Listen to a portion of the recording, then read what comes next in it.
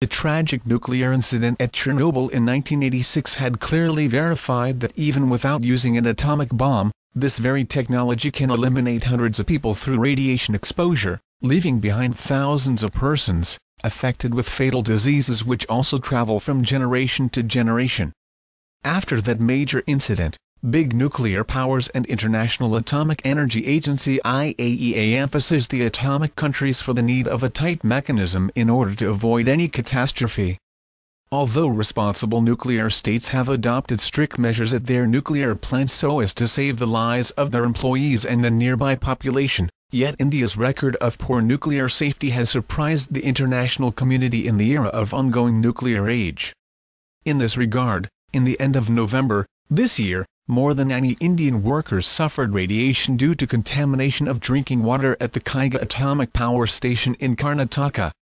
In fact, this latest incident took place on the 25th of November, but it was on the 28th that the media got the story when many suffered persons were hospitalized, and it became impossible for New Delhi to conceal the tragedy.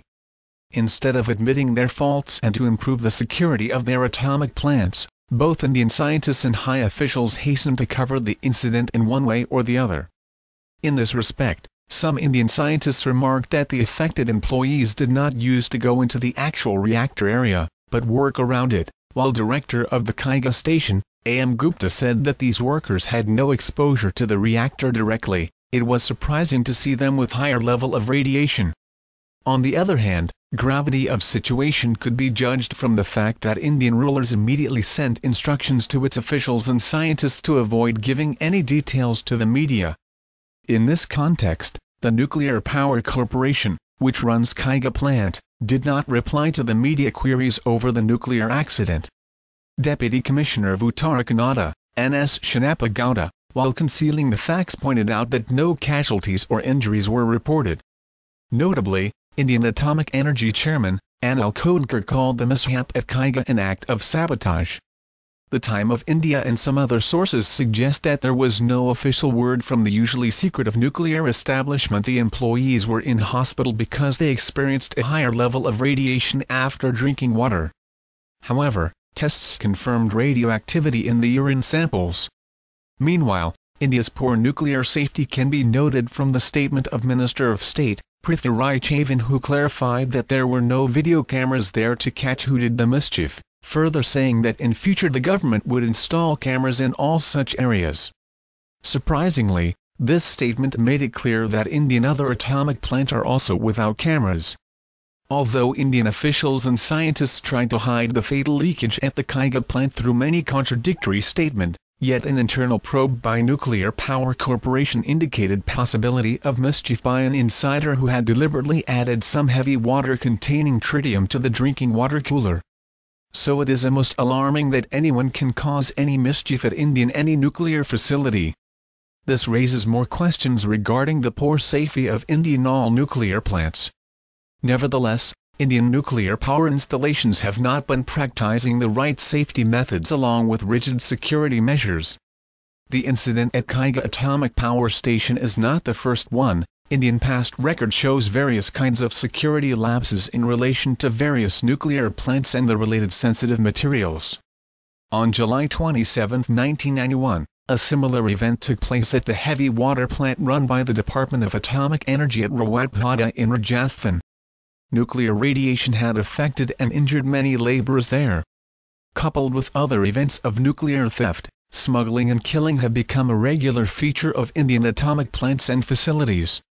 In July 1998, India's Central Bureau of Investigation (CBI) seized 8 kg of nuclear material from 3 engineers in Chennai. It was reported that the uranium was stolen from an atomic research center.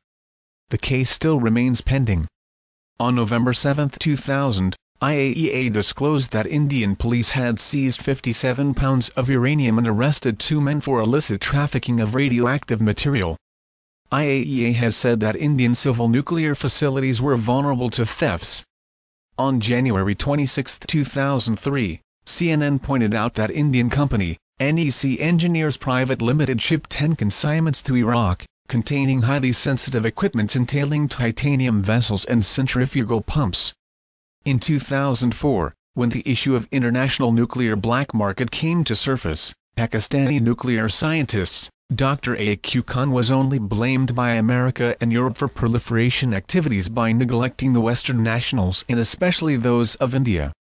While in February, same year, India's ambassador to Libya, Dinkar Srivastava revealed that New Delhi was investigating that retired Indian scientists could possibly be engaged in high-technology programs for financial gains during employment in the Libyan government. In December 2005, United States imposed sanctions on 2 Indian firms for selling missile goods and chemical arms material to Iran in violation of India's commitment to prevent proliferation. In the same year, Indian scientists, Dr. Surinder and Y.S.R. Prasad had been blacklisted by Washington due to their involvement in nuclear theft. In December 2006, a container packed with radioactive material had been stolen from an Indian fortified research atomic facility near Mumbai. Some months ago, death of India's nuclear scientists, Lokanathan Malingam, raised new apprehension about the safety of Indian atomic assets. He was missed from the scenario and after a couple of days, his dead body was recovered from the Kali River. Indian police concocted a story that Malingam had committed suicide by jumping into the river. It is a big joke to hide some real facts behind his death because wisdom proves that if an educated person decides to commit suicide, he will definitely adopt a soft way to eliminate his life. Notably, Dr. Halima Saadia disclosed that death of the scientist is a conspiracy, as soon as his dead body was found. Within no time, the police had announced that Malingam had committed suicide.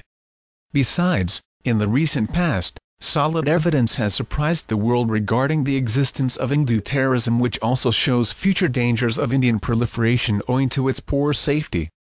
In this respect, Anti-Terrorism Squad ATS of Maharashtra arrested a serving Lieutenant Colonel Shrikant Purohit along with some officials who confessed that they were involved in training of the Hindu terrorists, supplying them the military-grade explosive RDX, used in bombings of various Indian cities including Malegaon. The investigation further indicated the confession of Lieutenant Colonel Purohit for the bombing of Samjhota Express, while proving close links of the Indian Army officials with prominent politicians of BJP, VHP, RSS and Bajrang Dal, who have been pressurizing New Delhi to release the arrested persons. Nevertheless, the inquiry still remains pending. Meanwhile, assassination of Indian Anti-Terrorism Squad Chief Hemant Karkar in Mumbai during terror attacks also endorsed these links. All these developments prove security lapses in connection with Indian weapons and especially nuclear facilities.